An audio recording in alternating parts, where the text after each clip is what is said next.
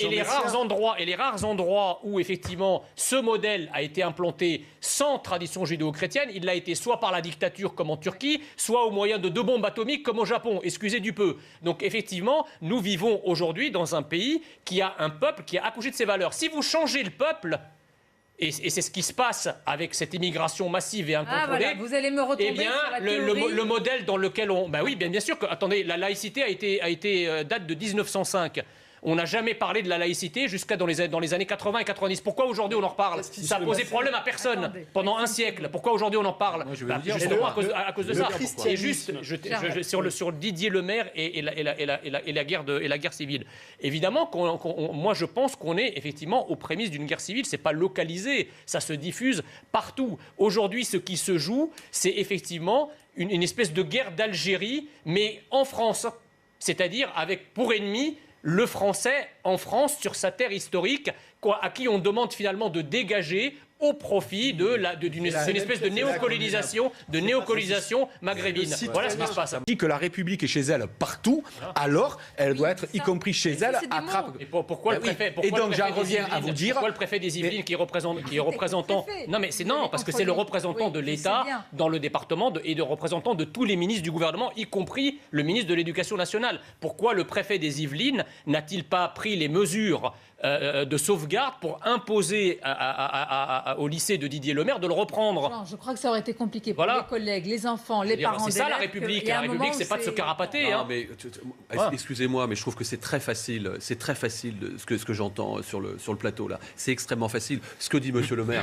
On le dit tous ici, là. Tous. Exactement. On prend le premier mot, lettre majuscule jusqu'au point. Alors pourquoi, on dit exactement une Monsieur le maire, nous ne sommes pas sous protection policière. Pourquoi il s'est fait défoncer alors? Juste, pardon, mais le Yaka Faucon, c'est facile. C'est pas Yaka Faucon. Ce que vous dites, c'est le Yaka Faucon. Mais pas du tout. Moi, je suis pas. Moi, c'est Yaka Faucon parce que moi, je suis pas au gouvernement. J'ai pas les moyens du gouvernement. Mais moi, je suis pas au gouvernement. Un préfet, un ministre, il a les outils de la souveraineté pour agir. Moi, je vais vous dire quelque chose. Moi, je suis pas au gouvernement non plus, mais par contre, je suis à la tête de ma ville. Et vous êtes au PJ, donc vous avez. Oui. Et je peux vous dire que il y a évidemment ce qu'on peut faire et ce pourquoi nous nous battons encore une fois au quotidien, et il y a effectivement la réalité de ce qui s'y passe, évidemment. Et c'est pour ça qu'on peut évidemment partager certainement le fait qu'on n'ait pas des réponses pénales fortes qui soient réactives, etc. Ça, on peut gloser. Ce que je dis simplement, c'est qu'encore une fois, moi, je ne peux pas entendre qu'aujourd'hui, comme vous le dites, monsieur, ce monsieur ne peut pas reprendre le travail. J'ai vraiment entendu ce matin votre entretien, Madame Abouk.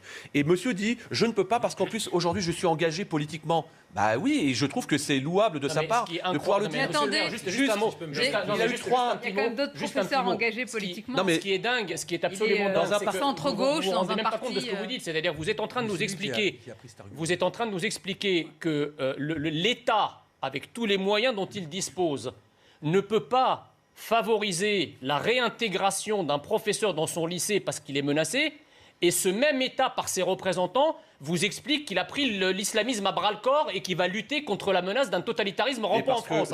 Mais c'est grotesque. Mais, Monsieur Messia, je suis désolé, mais le fait de généraliser le fait qu'à Trappes, c'est une zone de non-droit, qu'on ne peut pas y mettre un demi-bout de doigt de pied, pardon, et ben c'est pas quelque chose qui va faciliter... Pardon ? C'est pas exactement ce qu'il a dit, il ne faut pas extrémiser. Non, mais c'est en tout cas la généralité, pardon Monsieur Messia, c'est quand même comme ça que ça a été rendu, et c'est comme ça que ça a compliqué le quotidien, encore une fois, des maires du département. Le problème, c'est que vous accusez effectivement Didier Lemaire de J'accuse rien du tout, j'essaie de faire des excès, d'être excessif. Vous l'avez dit, il est excessif dans ses propos, mais le problème, c'est que ce n'est pas ses propos qui sont excessifs. C'est la réalité qui est excessive. C'est-à-dire que quand la plupart des Français, la majorité des Français, entendent le portrait que fait Didier Lemaire d'une zone comme Trappes et d'autres zones, les Français ne tombent pas de l'armoire. C'est-à-dire qu'il y a une réalité qui est perceptible, qui est visible. Didier Lemaire est un lanceur d'alerte, comme d'ailleurs beaucoup d'autres avant lui, mais à la différence de ceux qui l'ont précédé, c'est que Didier Lemaire vient du corps professoral, c'est-à-dire d'un corps qui, dans son écrasante majorité, a favorisé, ou en tout cas endossé l'immigration, l'islamisation et la déconstruction identitaire. Pour une fois, ce n'est pas effectivement un lanceur d'alerte de l'extrême droite, comme on dit, ou un facho. C'est quelqu'un qui vient du cœur du réacteur idéologique qui nous gouverne depuis une quarantaine d'années et qui, pour la première fois, ose dire le réel. Et de surcroît, c'est non seulement un prof, mais un prof de philo.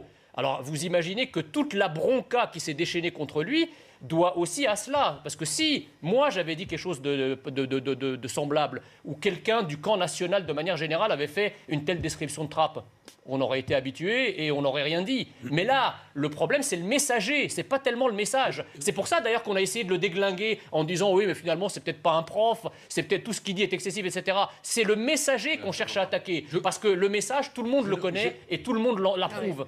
Donc c'est en effet quelque chose d'assez pervers, cette autorité. Enfin, c'est aussi le pouvoir actuel qui a alimenté cela. C'est-à-dire qu'effectivement, il a fait une politique extrêmement restrictive en matière sanitaire, ce qui a d'ailleurs montré que quand le gouvernement veut, quand la politique veut, eh bien la réalité s'y adapte, les confinements, toutes les mesures liées à la crise sanitaire. Et le même gouvernement nous explique que dans d'autres domaines, en particulier migratoires, il ne peut rien faire. Donc c'est ce déboussole, comment dirais-je, le gouvernement, l'action gouvernementale déboussole en quelque sorte la notion d'autorité et les gens sont un peu perdus, ouais. Emmanuel Macron et sa politique ne sont pas ma tasse de thé, mais il est une tradition dans la Ve République qu'à chaque fois qu'un président est élu, eh bien son portrait figure dans un certain nombre de bureaux de représentants de l'État, que ce soit les mairies, les préfectures, etc. Donc moi je tiens absolument à conserver cette tradition. Alors après, si vous voulez que le droit autorise un certain nombre de maires qui, à raison de leur étiquette politique, ne souhaitent pas conserver le portrait du président, on peut en discuter. Moi, je ne suis pas d'accord parce que c'est aussi le signe que le vote majoritaire s'impose aussi aux minorités. C'est la loi de la démocratie. Et si on n'est pas content d'un président de la République, c'est pas en décrochant son portrait qu'on va y échanger quoi que ce soit, c'est plutôt en se déplaçant et en allant voter contre lui pour espérer avoir la majorité qui nous convient. Alors, ça fait partie des règles du pluralisme politique. Ce qui est extraordinaire, si vous voulez, c'est qu'on est en plein paradoxe. C'est-à-dire que d'un côté, on va criminaliser plus que de raison la véritable liberté d'expression. C'est-à-dire qu'aujourd'hui, par exemple, je suis bien placé pour le savoir. Parlez de vous, parce que vous brûlez Non, mais pas du tout. Moi, je ne suis qu'un exemple symptomatique, si vous voulez. Voilà, j'ai été censuré sur Twitter pour mes propos, alors que je n'ai jamais été condamné en justice. Et quand j'ai effectivement, comment dirais-je, chargé un petit peu le préfet des Yvelines suite aux déclarations qu'il avait eues assez incendiaires contre Didier Lemaire, dont on va parler tout à l'heure, eh bien, j'ai été traîné devant les tribunaux. Donc d'un côté, vous avez une sorte de pénalisation de la parole, et de l'autre côté, on vous explique que décrocher, un symbole, un acte, on vous dit, non, c'est la signification de l'acte relève de la liberté d'expression. Donc on peut effectivement décrocher des portraits du président. Demain, on peut s'attaquer à des élus, on va vous dire, c'est un message politique. Et de l'autre côté, la véritable liberté d'expression, qui est celle de la parole, je vous rejoins, eh bien ça, elle est de plus en plus encadrée. Monsieur Messia, je suis désolé, mais... En revanche, Jean Messia, tout à l'heure, vous avez dit, j'ai oublié les mots exacts, mais vous parliez du corps professoral, vous avez dit que c'est une sorte de réacteur idéologique. Oui, bien sûr. Ils ont favorisé l'immigration, l'islamisation du pays depuis 40 ans. Excusez-moi, mais je ne peux pas vous laisser dire ça. D'abord, les professeurs, c'est une sociologie extrêmement complexe. Ils ne votaient pas Front National, ça se saurait. Oui, mais c'est pas parce que vous votez Front National que vous êtes premier combattant. Il faut dire les choses brutalement. Oui, le corps professoral est majoritairement gaucho-progressiste. C'est un secret de polichinelle, ça. Ça ne veut pas dire que tout le corps professoral est ainsi, mais ça veut dire que la majorité est comme ça. Mais le problème, si vous voulez, c'est que là, il y a eu une vague.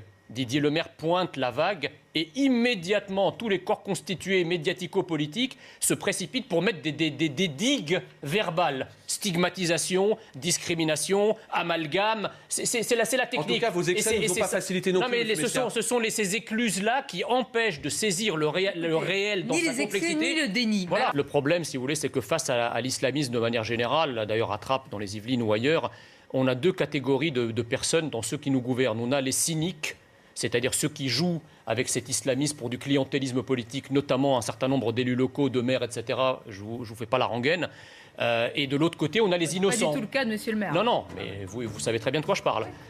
Et vous avez les innocents, c'est-à-dire ceux qui croient qu'en dialoguant avec des islamistes qui, au prétexte qu'ils sont rasés et habillés en costume cravate, eh bien, ce sont des interlocuteurs fiables, etc. Vous savez, moi, je viens d'un pays, l'Égypte, et j'ai vu la montée en puissance de l'islamisme, j'ai vu comment ils opéraient. J'ai vu des universités du Caire qui ressemblaient à celles de la Sorbonne dans les années 70, elles ressemblent aujourd'hui à celles de Téhéran. Pourquoi ? Parce que nous avons eu des autorités universitaires à l'époque qui nous ont expliqué que par liberté, qu'il faut les laisser agir, parce que c'est la liberté d'expression, c'est la liberté de se vêtir. Enfin, tout ce que j'entends aujourd'hui et qui prépare le terrain de la victoire islamiste de demain. Les solutions, elles doivent être diverses et globales, c'est-à-dire qu'il faut agir sur le plan de la sécurité publique en rétablissant l'ordre, le plan de la santé, tout de suite maintenant. Vous avez des moyens. C'est des politiques qui prennent des années. Le préfet, il a des pouvoirs de police administrative qui lui permettraient d'agir sur ces 200-300 personnes en décidant de les mettre en rétention administrative, de les mettre dans des centres fermés avec un suivi psychologique en attendant qu'un juge de la détention et des libertés intervienne pour venir traiter ça. J'ai la clé de l'énigme en fait. Vous avez la solution. C'est-à-dire j'ai la clé de l'énigme parce qu'effectivement, mon voisin parlait il y a un instant, Nathan parlait il y a un instant de pourquoi le gouvernement a pu prendre des mesures extrêmement liberticides de confinement, etc. Et tout le monde s'y est plié. Là, pour 200-300 personnes, effectivement, il a peine à agir tout simplement parce que on sait très bien que le crack est un sous-produit de la cocaïne, mais en fait, le problème des craqueux, c'est que c'est un sous-produit de notre politique migratoire. Voilà. Et donc, effectivement, on a, dans cette population de 200 à 300 personnes dont vous parlez, une écrasante majorité sont des dealers, des camés, des paumés, en provenance, effectivement, soit des clandestins d'ailleurs, soit des immigrés en provenance du Maghreb, de l'Afrique subsaharienne, etc. etc. Donc, évidemment, à chaque fois que le problème de l'immigration est sous-jacent, nous avons un pouvoir progressiste qui est tétanisé, qui ne peut rien faire. Mais alors, les renvoyer avec quelle identité, quel pays, etc., c'est ça le plus compliqué. Parce que, allons dans votre sens, nous sommes d'accord. Et comment on fait ? Écoutez, nous avons des services qui sont capables de cribler des personnes qui ont vécu en Afghanistan où il n'y a aucun service public, qui sont capables de retracer leur historique, de retracer leurs engagements, etc., et de déceler dans cette masse le bon grain de livret, si je puis me permettre. Je suis sûr que si on y met un peu de bonne volonté, on arrivera à trouver l'origine de ces gens-là. Mais Mme Mabrouk, c'est exactement la même logique, et M. Haddad le rappelait tout à l'heure, c'est la même logique dans les cités. Comment expliquez-vous que des cités qui s'enflamment périodiquement, que quand des flics arrivent dans des cités, ils se sont caillassés, tirés dessus avec des cocktails Molotov, etc. Il y a une forme d'impuissance. À partir du moment où il y a de l'immigration dans un sujet, il n'y a plus personne. On a peur qu'il y ait d'étincelles qui puissent... Exactement, mais là, le problème, il n'est pas... Attends, juste, je termine mon propos. Là, le problème, il n'est pas de la même ampleur, en fait. Là, l'écrasante majorité est soit clandestine, soit régulière. S'ils sont clandestins, ils doivent être virés dans des avions. Et s'ils sont réguliers, leur carte de séjour doit être supprimée et subir le même sort que les clandestins. On n'a pas à garder ces gens-là chez nous. Excusez-moi. On peut désigner un juge des référés, c'est-à-dire un juge de l'urgence qui viendra dans ces cas-là pour vite agir. Mais on ne le fait pas parce qu'on est dans une impuissance publique, parce qu'on n'a pas de volonté publique. Pas pour tout. Oui, pas pour tout. On l'a fait pour le Covid. Vous savez, la bienveillance progressiste, elle s'adresse à la terre entière, sauf aux Français. Bien sûr, y compris, il y a une ignorance dans les familles. Moi, je pense qu'à un moment donné, la République... Considérez-vous ignorant, Non, mais moi, je pense que la République, pendant très longtemps, a été une foi. Il y avait une foi républicaine. Ça n'est pas pour rien, c'est parce qu'il y avait une croyance dans les valeurs de la République. Vous dire, Jean Messia, ne parlez pas de la République, parlez de la France. Je connais le vieux débat. Oui, mais je ne peux pas parler de la République sans parler de la France, parce que la France est une république, c'est l'article 1er de la Constitution. La France a été une république un peu par hasard, et vous avez des tas de monarchies Non, mais vous avez des tas de monarchies constitutionnelles qui fonctionnent très bien, où on a la liberté de penser. Enfin, ça n'a rien à voir avec ça. Moi, je suis pour la République. Moi, je suis pas pour la monarchie. Je vous dis juste qu'il y a des monarchies où le sentiment identitaire est beaucoup plus fort que dans des républiques. Le régime choisi par un pays n'a rien à voir avec la République. Quand on parle du sujet des religions. Moi, je j'avais insulté d'extrême droite. Non, mais c'est pour cause. Mais l'idée générale, si vous voulez, c'est que effectivement, encore une fois, la République a un qualificatif qui s'appelle française. C'est-à-dire que c'est un peuple, en l'occurrence le peuple français, qui a une certaine histoire, une certaine culture, une certaine religion naguère, qui a accouché de la République. Donc en fait, le modèle dans lequel nous vivons aujourd'hui, c'est-à-dire celui de la laïcité, des libertés individuelles, des libertés publiques, etc., c'est un modèle qui est français. C'est pas un modèle républicain au sens strict, c'est un modèle qui est français. Attendez, vous voulez dire qu'il y a une singularité de la France, mais pas une singularité de la République, au sens où il n'y en a pas... Oui, d'abord, attendez, je termine juste mon propos. Quand vous regardez à travers le monde... quand vous regardez à travers le monde, aucune autre nation, enfin en tout cas aucune autre tradition que judéo-chrétienne n'a accouché de l'état de droit, des libertés publiques, des libertés individuelles, des droits de l'homme, etc. Oui, mais là, je ne peux pas laisser... La religion, c'est une chose, sa forme radicale, c'en est une autre. Si je peux me permettre juste de réagir par rapport à ça, oui, mais moi, si vous voulez, une minute, c'est une sorte de relativisme dans lequel moi, je ne rentre pas. Parce qu'à la limite, même si le judaïsme se radicalisait, et que le christianisme ou le catholicisme se radicalise et que l'islam se radicalise, en bout de chaîne, qu'est-ce que ça donne? Ça donne pour les juifs qui se radicalisent de porter la kippa et d'être dans leur coin, d'aller dans leur synagogue, etc. Un chrétien qui se radicalise, c'est quoi? C'est quelqu'un qui va descendre dans la rue pour embrasser tout le monde et s'il peut mourir pour sauver son prochain, c'est encore mieux. C'était le cas de Beltrame. Mais par contre, dans l'islamisme, c'est effectivement je gagne le paradis en emportant la vie des autres. Donc en fait, il faut comprendre que la seule religion au nom de laquelle on tue en Occident et dans le monde... religion, au nom du dévoiement d'une religion. Au nom de la religion, c'est en tout cas ce qu'ils disent. Non, mais vous n'allez pas reprendre leur discours. Et ils n'ont pas été, excusez-moi, mais ils n'ont pas été excommuniés par Al-Azhar qui les a endossés. Vous savez bien qu'il n'y a pas un clergé dans cette religion. Exactement, mais eux se disent musulmans. Eux se disent musulmans, mais oui, mais d'accord, mais ce que je veux dire. Vous savez, votre discours.